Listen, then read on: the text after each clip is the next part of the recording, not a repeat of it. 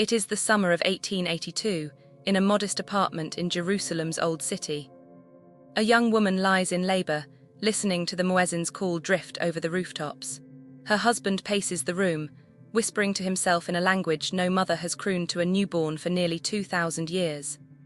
Tonight, if the child lives, he will hear only Hebrew. The father is Eliezer ben Yehuda, born Eliezer Perlman in the Lithuanian village of Luzhki in 1858. He has come to Palestine with a singular obsession. He believes that a people without a living tongue cannot truly be a nation, and so he has decided, against all reason, to resurrect the dead. Hebrew in 1882 is not spoken.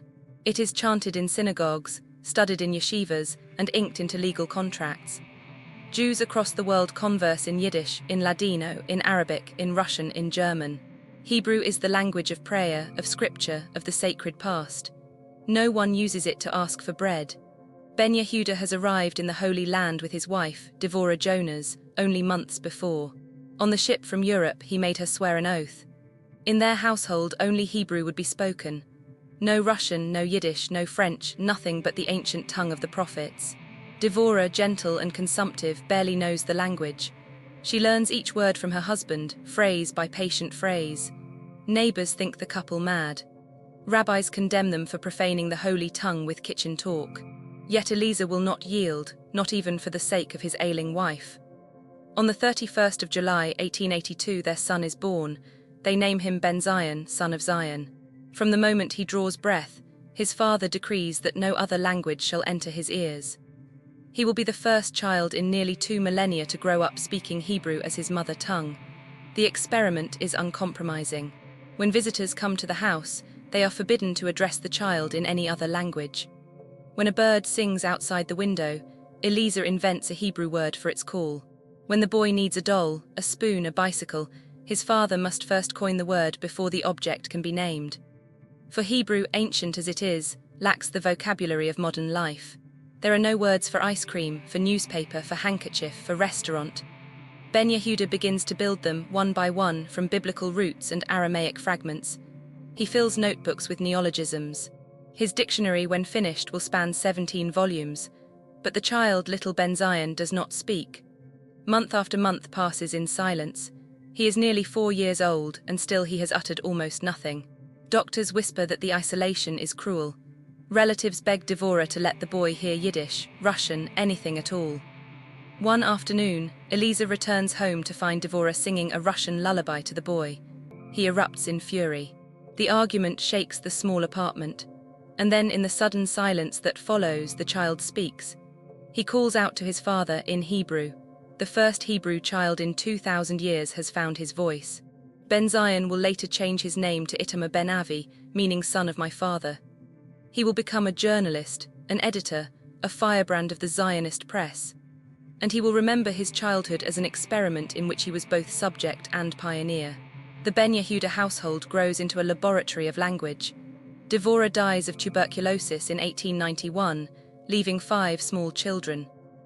Within 6 months, Eliezer marries her younger sister Paula, who takes the Hebrew name Hemda.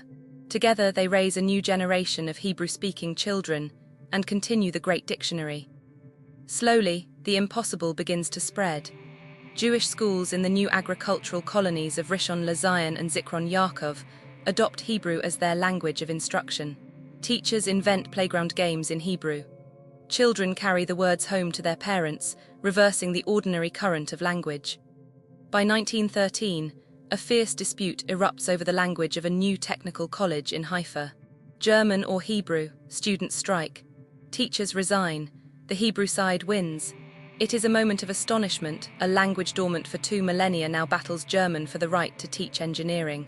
Eliezer ben Yehuda dies in Jerusalem on the 16th of December, 1922, just weeks after the British Mandate recognizes Hebrew as one of the 3 official languages of Palestine, alongside English and Arabic.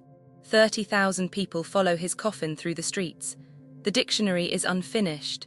His widow Hemda vows to complete it.